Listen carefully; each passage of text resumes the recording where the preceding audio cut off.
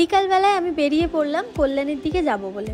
ব্যারাকপুর থেকে একটা ট্রেন ধরলাম কল্যাণী সীমান্ত। সেই ট্রেনে বসে আমি পৌঁছিয়ে গেলাম কল্যাণী স্টেশনে। 3 জন দাদা বোন মিলে আজকে আমরা একটুখানি খেতে যাব। আর ওই দেখো আমার দাদা দাঁড়িয়ে। আমি তো জানি এই ব্লগটা দেখলেও আমাকে প্রচুর পিটাবে, কিন্তু পিটাবে তো পিটাবে, আমার কি, ওকে গরু গাধা বলা তো আমার জন্মগত অধিকার। গরু হোক গাধা হোক যাই হোক, দাদাটা তো আমারই। আর আজকে ওর ছিল জন্মদিন। এমন একটা শুভ দিনে ওকে আমরা একটুখানি সারপ্রাইজ দেবো না, তা কি কখনো হয়? প্রথমেই আমি আর ও আগে চলে আসি। আমি আর অর্পি আগে এসে ওর জন্য একটা খুব সুন্দর কেক নিয়ে নিই। দাদাটা কেকে নাম লিখে দিয়েছিল, কিন্তু আমাদের না ওইটা ঠিক পছন্দ হয়নি বলে ও তারপরে আলাদা করে আবার কাস্টমাইজ করে ওর নামটা লিখলো। তারপর আমরা মোমবাতি আর যা যা লাগে সমস্ত কিছু নিলাম, নিয়ে আমরা রাস্তার দিকে বেরালাম। আর এসে দেখি যে উনি অলরেডি হাজির হয়ে গেছেন এখানে। তারপর ওরা রাস্তায় দাঁড়িয়ে কি করছিল ভগবানই জানে।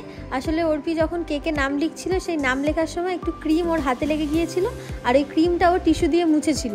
সেই টিস্যুটাও ওর গায়ের মধ্যে মাখাবে। তাহলে বুঝতেই পারছো যতক্ষণ ওদের দেখা হয় ততক্ষণ ওরা কি করে। খেতে তো আমরা যাবই আজকে, এবার খাওয়ার বিলটাকে পেমেন্ট করবে সেটা তো তোমরা বুঝতেই পারছো। অবশ্যই যার জন্মদিন সেই দেবে ট্রিটটা। তো ওর থেকে ট্রিট নেবো বলে আমরা প্রথমে বললাম যে কি খাওয়াবি বল। তো রাস্তা স্ট্রিট ফুড আমরা প্রায় সময়তেই খাই, তাই ও বললো যে চল তাহলে তোদেরকে এমকে বিরিয়ানিতে নিয়ে যাই, তোরা আজকে বিরিয়ানি খা, রাতের ডিনারটা এখানেই সেরে ফেল, আর বাড়িতে গিয়ে কিছু খেতে হবে না। সেই বিকালবেলা এসছি, বিকাল থেকে সন্ধ্যে হচ্ছে, সন্ধ্যে থেকে আরও যত রাত হচ্ছে তত আমাদের চিন্তা হচ্ছে যে সবাই ঠিকঠাক টাইমে বাড়ি পৌঁছাতে পারবো কিনা।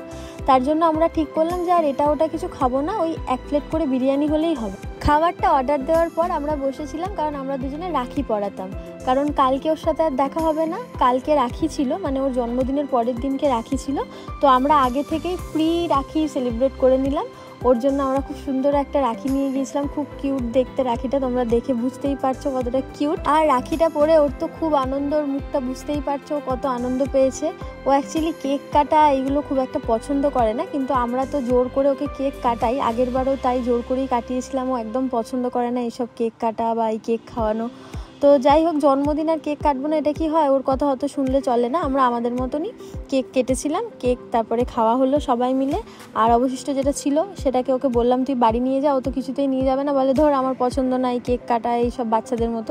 অর্পিকে ও তারপরে একটুখানি খাইয়ে দিচ্ছিল, খাওয়াচ্ছিল কম, মুখে বেশি মাখাচ্ছিল।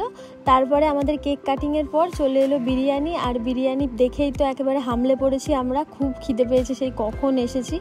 কেক কাটিং করার পর না ওকে আমি বলছিলাম যে এবার দেখবো যে তুই কাকে বেশি ভালোবাসিস, কাকে তুই আগে কেক খাওয়াস। তো ও কী করেছিল, 2 হাতে 2টো কেকের টুকরো নিয়ে ও দুজনকেই একসাথে খাইয়ে দিয়েছিল, এত চালাক। তারপর খাওয়া দাওয়া শেষ করে আমরা বেরিয়ে পড়লাম এবার রাস্তার দিকে। এবার তো যে যার বাড়িতে যেতে হবে। তো তারপর দেখতেই পাচ্ছ তোমার রাস্তাটা কতটা অন্ধকার। আমরা কিছুটা হেঁটে গেলাম, তারপরে উঠে পড়লাম আবার বাইকে।